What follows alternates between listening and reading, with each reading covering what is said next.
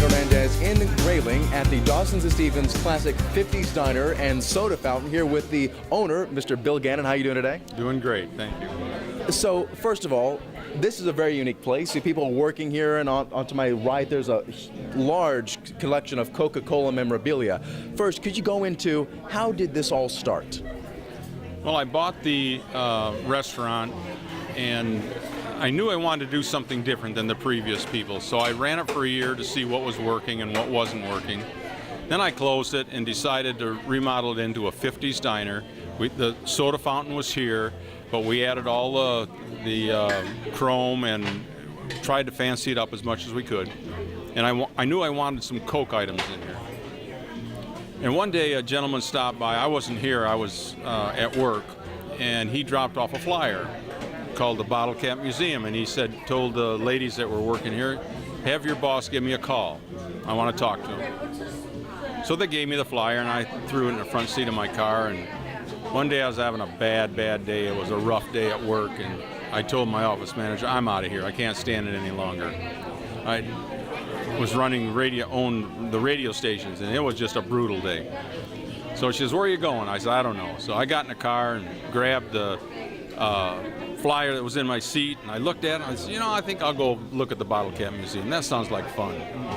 So I drove up to Gaylord and met Bill Hicks. He's a wonderful gentleman. We've become friends now for years. We have breakfast at least once a month. So he's the gentleman who dropped off the flyer and offered to sell me some Coke bottles. So I went up there to talk to him, see if I could buy some Coke bottles. And he was closed at the time, but next door they told us that we could call him and he'd see me. So they did, and I went over and introduced myself, and I said, Bill, I understand you stopped by and said I could buy a few Coke bottles. He said, sure, come on in. You're the guy from Dawson and Stevens, right? That's right.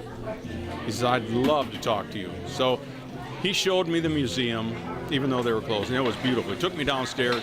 Everywhere you looked was Coca-Cola.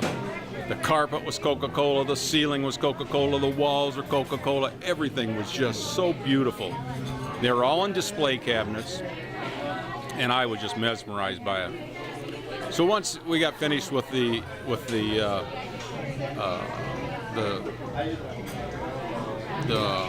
way he presented it is really what kind of got me. I mean, he presented it in such a way that it was very inviting, and when he did a tour, he was actually giving me a tour like he does his customers, and once we got done with that, well, I couldn't believe it. So we went upstairs, and I said, well, thank you very much. I can smell dinner on the stove. I said, your wife's going to kill you if I don't get out of here.